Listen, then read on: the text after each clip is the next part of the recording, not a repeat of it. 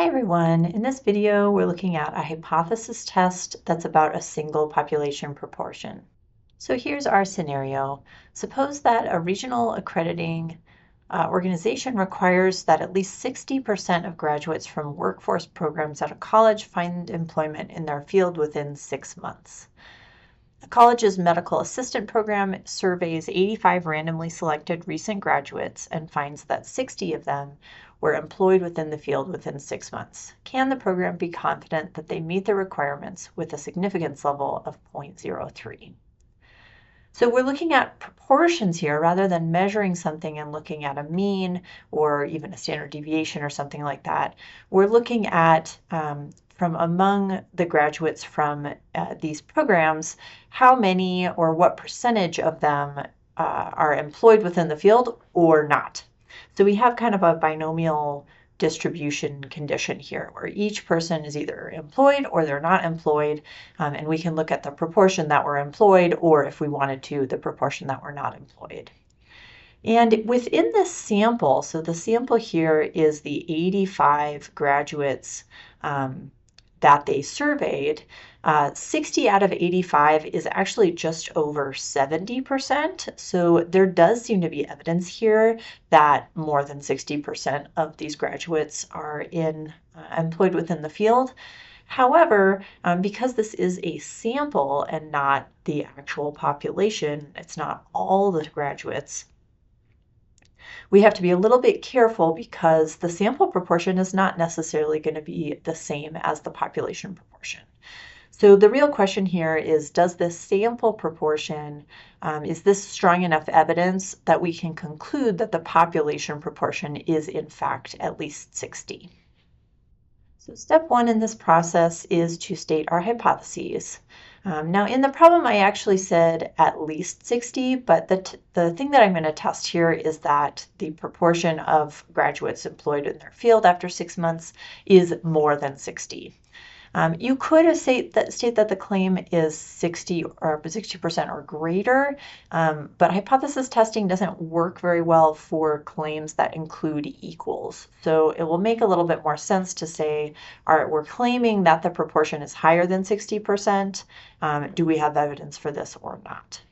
So in symbols, the claim would be P greater than 0.6. This is a statement about the population proportion.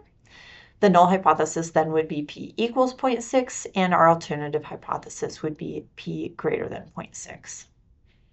If I had kept that at least language here, our claim would look like P greater than or equal to 0.6.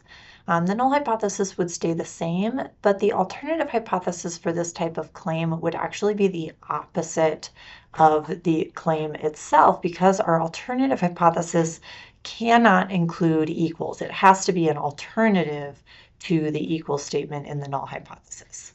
So this would actually create a left-tailed test rather than a right-tailed test, and we could really only claim that this statement was false. We couldn't say that it's true. So in any case, I'm going to stick with the statement that more than 60% of the graduates are employed, and this will be a right-tailed test based on this alternative hypothesis.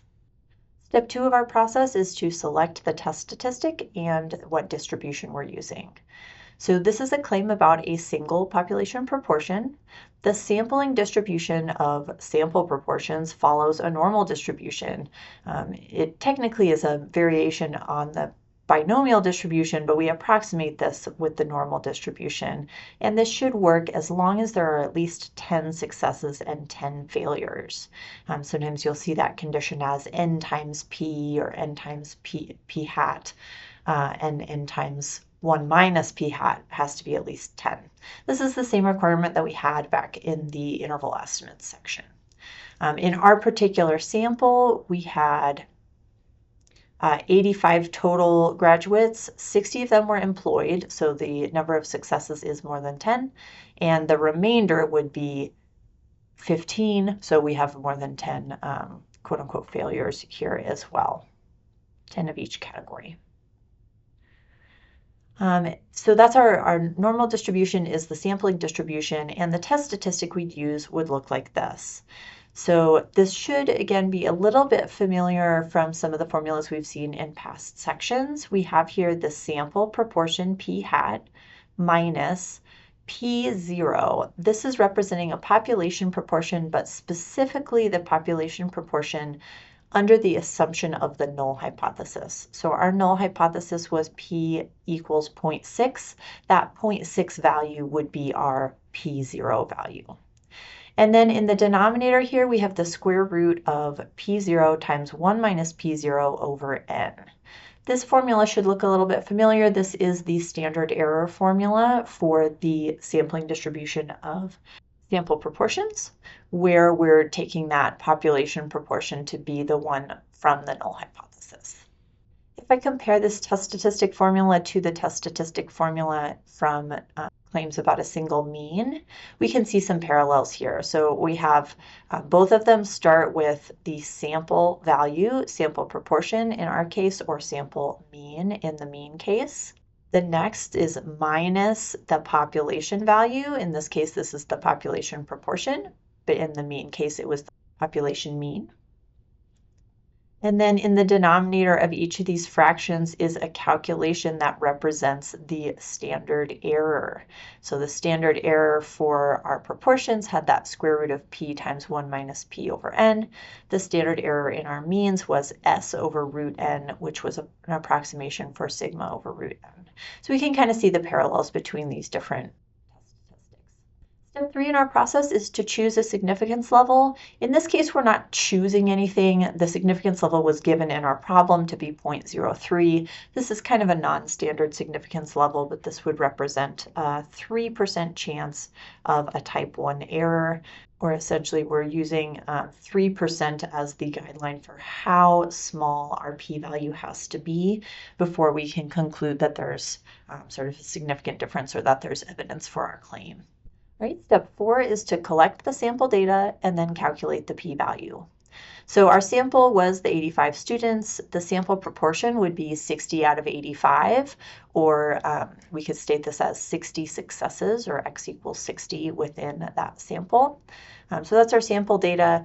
If you're doing this by hand, you would calculate out this test statistic formula that we were looking at on the previous slide and find that value. And then because this is a right-tailed test, you'd find the area under the normal curve to the right of that z-score. We're going to use Desmos to do this calculation, but you could do this with a z-score table or some other technology. So I'm at desmos.com. I'm going to open up the graphing calculator. In the top left, I have the plus symbol, and I'm going to choose inference, which is the 4th item down. And this test is a test about categorical data. For our graduates, we're really just saying, are they working in the field or are they not working in the field, which is not a quantitative data. This is categorical data. So you'll see under the inference for categorical data, the first option is z-test for proportions, and that's what we want here. And you'll see that the information it wants is the number of successes and the sample size. So the sample size was how many people were in our sample. That was 85, and we had 60 successes. So Desmos wants the number of successes as opposed to the sample proportion itself. And you'll see that there is a second sample option here. So if we were doing a test about 2 proportions or comparing proportions from 2 different populations, you could use both of these. But we just have one sample here. So I'm going to click Create Test. It's creating this function zPropTest at the top, and I'm going to click the Hypothesis Test drop-down arrow. The null hypothesis is listed by default to be p equals 0.5. In this case, our null hypothesis was p equals 0.6. And this was a right-tailed test because we wanted to claim that the proportion was more than 0.6. We have here at the bottom the test statistic, z equals 1.993, so just a hair under 2. And then the p-value is in the top left of this box, 0.023. So we have a fairly small p-value here. This is in fact less than our significance level, and that is going to tell us that we will reject the null hypothesis. So step 5, this is our last step in the process. We want to make a decision and state our conclusion. The question we're asking here really is the p-value small? And small is kind of a nebulous term, but in this case we're saying, is it smaller than 0.03? Is it smaller than 3%? Our p-value was 0.023. So this is in fact small, and we will reject the null hypothesis. This is saying that if we assume the null hypothesis is true, that p is actually 0.6, this sample would be unusually high, or the likelihood of this sample or above would be small enough that we can consider that this is strong evidence against the null hypothesis. So our conclusion here would look like there is significant evidence to support the claim that more than 60% of students from the medical assisting program are employed in the field after 6 months. So our sample proportion is high enough that we can say that the population proportion is indeed higher than 60. That is it for this video. Thanks for watching.